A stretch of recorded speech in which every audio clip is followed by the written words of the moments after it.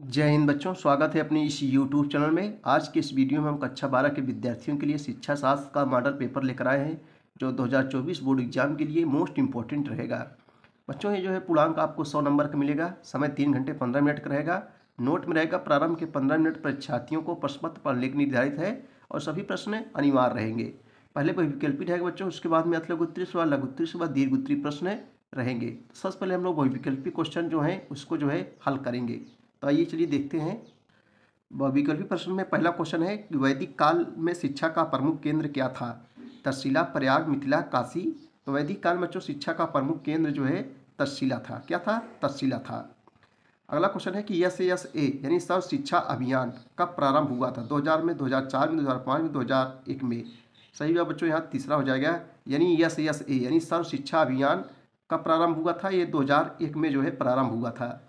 नवोदय विद्यालय खोलने की घोषणा किस शिक्षा नीति में की गई थी? 1968, 1979, 90, 1986। तो बच्चों सही जवाब यहाँ तीसरा हो जाएगा, 1986 में। नवोदय विद्यालय खोलने की घोषणा किस शिक्षा नीति में की गई थी? 1986 में। अगला क्वेश्चन है सूर्य द्वारा सीखने के सिद्धांत के जनक कौन है? 4 ऑप्शन आपके सामने दिया गया है। इसमें सही जवाब क्या हो जाएगा? तो बच्चों कोहलर। सूर्य द्वारा सीखने का सिद्धांत के जनक कौन है? कोहलर हैं। मानसिक अस्वस्थता का कारण नहीं है? चिंता, निद्रा, तनाव, भागनाशा। सही जवाब यहाँ चौथा हो जाएगा, भागनाशा। ये जो है मानसिक अस्वस्थता का कारण नहीं है। चलो निश्चित उत्तरीय प्रश्न देखेंगे जो एक एक नंबर का है। पहला क्वेश्चन है बच्चों, देखो निश्चित उत्तरीय जो है एक एक नंबर का होता है। पहला क्वेश्चन है कि राष्ट्रीय प्रौढ़ शिक्षा परिषद की स्थापना कब हुई थी? तो राष्ट्रीय प्रौढ़ शिक्षा की स्थापना बच्चों 1956 ईस्वी में हुई थी। कब हुई थी? 1956 ईस्वी में। चरित्र निर्माण में शिक्षा की क्या भूमिका है? चरित्र निर्माण में बच्चों शिक्षा की जो है क्या भूमिका है? तो आइए इसका उत्तर देखते हैं हम लोग। देखो, शिक्षा का मुख्य उद्देश्य चरित्र निर्माण, यानी चरित्र निर्माण के लिए शिक्षा का मूल प्रधान होना जरूरी है। ठीक है, शिक्षा का मुख्य उद्देश्य चरित्र निर्माण करना है बच्चों, और चरित्र निर्माण के लिए शिक्षा का मूल प्रधान होना जरूरी है।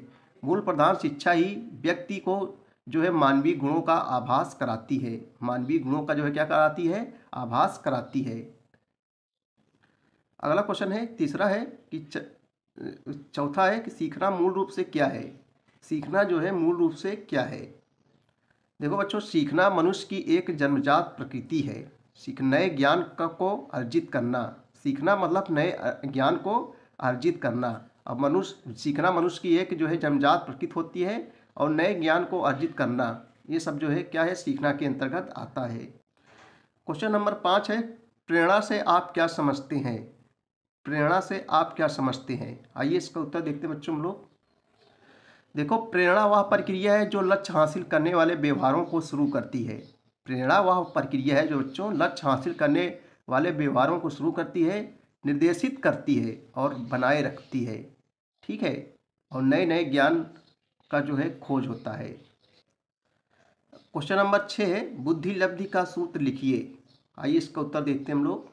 तो बच्चों, बुद्धि लब्धि का सूत्र क्या होता है? मानसिक आयु बटे शारीरिक आयु गुणे 100। मानसिक आयु बटे शारीरिक आयु गुणे 100, ये बुद्धि लब्धि का सूत्र होता है। चलिए बच्चों, अब हम लोग अति लघु उत्तरीय प्रश्न देखेंगे जो 4-4 अंकों का रहेगा। तो चलिए पहला क्वेश्चन देखेंगे जो अति लघु उत्तरीय प्रश्न रहेंगे, 4 अंकों का रहेगा। पहला है, ध्वनि प्रदूषण से क्या हानियाँ होती हैं? तो बच्चों, ध्वनि प्रदूषण आप लोग देख रहे हैं इस समय वर्तमान में बहुत ध्वनि प्रदूषण हो रहा है। बड़े बड़े लाउड साउंड वगैरह, डीजे वगैरह, बड़े आवाज़ वाले क्या है सब रेडियो वगैरह बाज रहे हैं, तो इससे ध्वनि प्रदूषण हो रहा है। तो ध्वनि प्रदूषण से क्या हानियाँ होती हैं? आइए इसका उत्तर देखते हैं हम लोग। ध्वनि प्रदूषण से क्या हानियाँ होती हैं? तो घनी बस्तियों मनुष्य के शोर, car, truck, tempo, DJ, rail के इंजनों के हार्न, कारखानों मशीनों के शोर, शादी विवाह में बैंड बाजों के शोर प्रायः 85 डेसिबल से अधिक तीव्रता वाला होता है। लगातार ऊंचे शोर के बीच रहने वालों में बहरापन, कान के रोग, उच्च रक्तचाप और हृदय की जो है बीमारियां हो जाती हैं। तो बच्चों, ध्वनि प्रदूषण से इन सब से जो है क्या होता है? ध्वनि प्रदूषण होता है, तेज आवाज़ चलता है इन सब से। अगला क्वेश्चन है, क्वेश्चन नंबर 9 है कि बाढ़ क्या है? इस पर संक्षिप्त टिप्पणी लिखिए। यानी बाढ़ से आप क्या समझते हैं? आइए बच्चों इसका उत्तर देखेंगे 4 नंबर में। बाढ़ से आप क्या समझते हैं? चलिए, बाढ़ क्या है, बाढ़ पर एक संक्षिप्त टिप्पणी लिखिए। आइए इसको उत्तर देखते हैं। बाढ़ लगातार अत्यधिक वर्षा के कारण जब जल अपने प्रवाह मार्ग नदी नाला को तोड़कर विस्तृत माने लंबा विस्तृत भूभाग को जलमग्न कर देता है तो उसे बाढ़ कहते हैं। नदियों के मार्ग परिवर्तन और बांधों के टूट जाने से स्थिति और भयावह हो जाती है। प्रतिवर्ष बाढ़ों से अधिवास, सड़कों, रेल मार्गों व फसलों की अत्यधिक हानि होती है। नदी घाटियाँ सघन जनसंख्या की केंद्र होने से बाढ़ आने पर जन धन की जो है अपार क्षति होती है। विश्व की लगभग 20% आबादी प्रतिवर्ष बाढ़ की चपेट में आती है। चलो थोड़ा लघुत्तरीय प्रश्न देख लेते हैं 6 नंबर का। पर्यावरण शिक्षा का क्या लक्ष्य है, इसकी संक्षेप में विवेचना कीजिए। बहुत सारे क्वेश्चन है बच्चों, ये अपने मन से भी आप लिख सकते हैं। पर्यावरण शिक्षा क्या लक्ष्य है, इसकी संक्षेप में विवेचना कीजिए। आइए इसका उत्तर देखते हैं हम लोग। देखो, इस प्रकार से क्वेश्चन पूछे जाएंगे। पर्यावरण शिक्षा के महत्व को उल्लेख कीजिए अथवा कर देगा पर्यावरण शिक्षा की आवश्यकता प्रकाश डालिए। पर्यावरण शिक्षा वर्तमान समय में एक महती आवश्यकता है, स्पष्ट कीजिए। तो ये लघुत्तरीय प्रश्न देखेंगे, कई वर्षों परीक्षाओं में पूछा जा रहा है। पर्यावरण शिक्षा का महत्व। देखो बच्चों, वर्तमान वैज्ञानिक युग में पर्यावरण शिक्षा का महत्व निरंतर बढ़ता जा रहा है। पर्यावरण विश्व प्रदूषण ने विश्व को विनाश के निकट ला खड़ा किया है। पर्यावरण असंतुलन के कारण आए दिन विश्व के किसी भी कोने में दुर्घटना घटित हो रही है। अतः मानव जीवन की सुरक्षा के लिए पर्यावरण संबंधी तथ्यों का ज्ञान प्राप्त करना अत्यंत आवश्यक है। पर्यावरण किसे कहते हैं बच्चों? परिधन आवरण। हमारे चारों जो आवरण फैले हुए हैं, वायुमंडल इसके अंतर्गत आ जाता है। पेड़ पौधे, झील, नदी, तालाब सब आ जाते हैं, इसी को पर्यावरण कहते हैं। तो बच्चों, सुरक्षा के लिए पर्यावरण संबंधी तथ्यों का ज्ञान प्राप्त करना अत्यंत आवश्यक है और यह ज्ञान पर्यावरण शिक्षा द्वारा ही उपलब्ध हो सकता है। संक्षेप में पर्यावरण शिक्षा के महत्व को निम्नलिखित रूप से व्यक्त किया जा सकता है। नंबर 1, पर्यावरण शिक्षा द्वारा संपूर्ण पर्यावरण का ज्ञान प्राप्त किया जा सकता है। पर्यावरण शिक्षा पर्यावरण संरक्षण, वन्य जीव संरक्षण, मृदा संरक्षण आदि की विधियाँ तथा उनकी उपयोगिता बताती हैं। पर्यावरण शिक्षा विद्यार्थियों को नागरिक अधिकारों, कर्तव्यों तथा दायित्व का ज्ञान कराती है। पर्यावरण शिक्षा वायु, जल, ध्वनि, मृदा, जनसंख्या आदि प्रदूषणों के कारण तथा अनेक नियंत्रण की विधियां बतलाती हैं।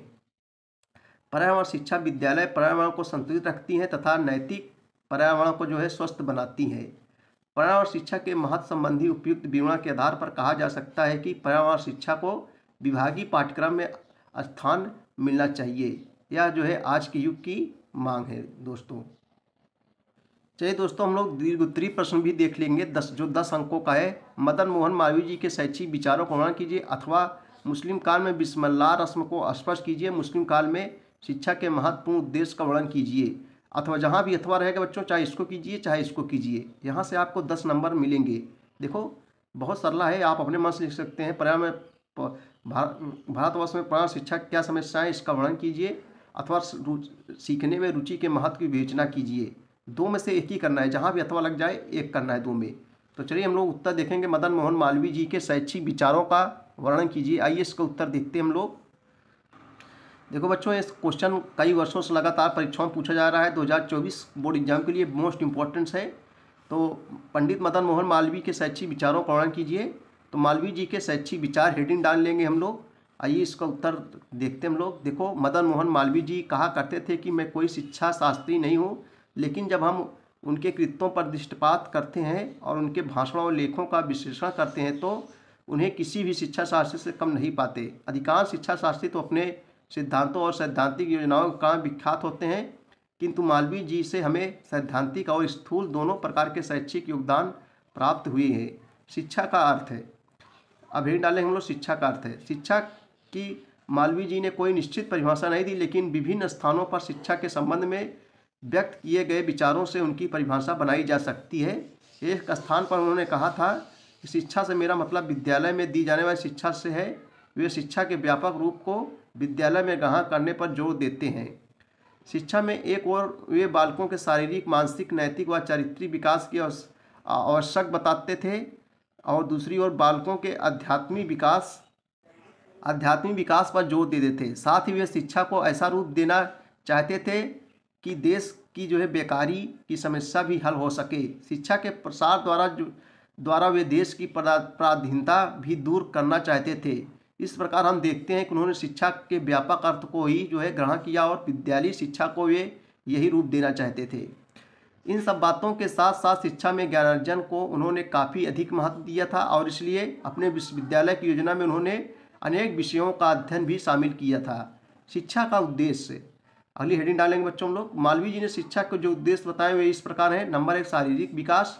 मालवीय जी ने आरोग्य को धर्म, अर्थ, काम, मोक्ष सभी को प्राप्त करने का साधन बताया। इसलिए शिक्षा के सामने यह लक्ष्य होना चाहिए कि वह विद्यार्थियों के शरीर को निरोग रखे।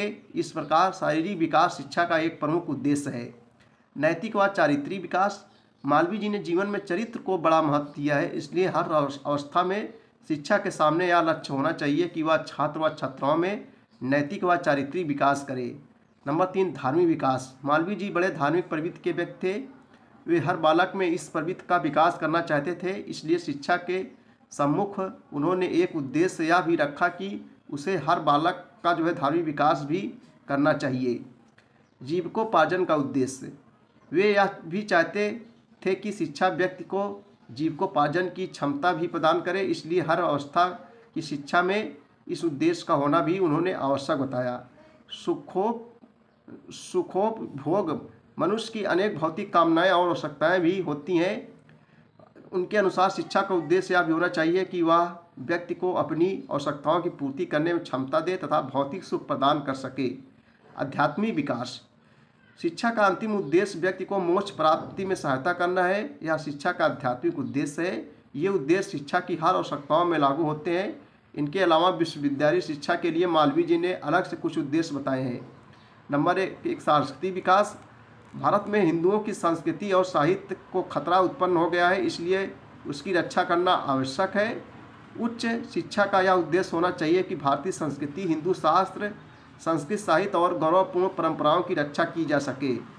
शोध कार्य को प्रोत्साहन, शिक्षा का उद्देश्य कला और विज्ञान में अन्वेषण कार्य को प्रोत्साहित करना होना चाहिए। नंबर 3, भारतीय कला कौशल पुनरुत्थान। भारत में अनेक प्राचीन कला कौशल लुप्त प्राय हो गए हैं। शिक्षा द्वारा उनका पुनरुत्थान होना चाहिए, उनको पुनः विकसित किया जाना चाहिए।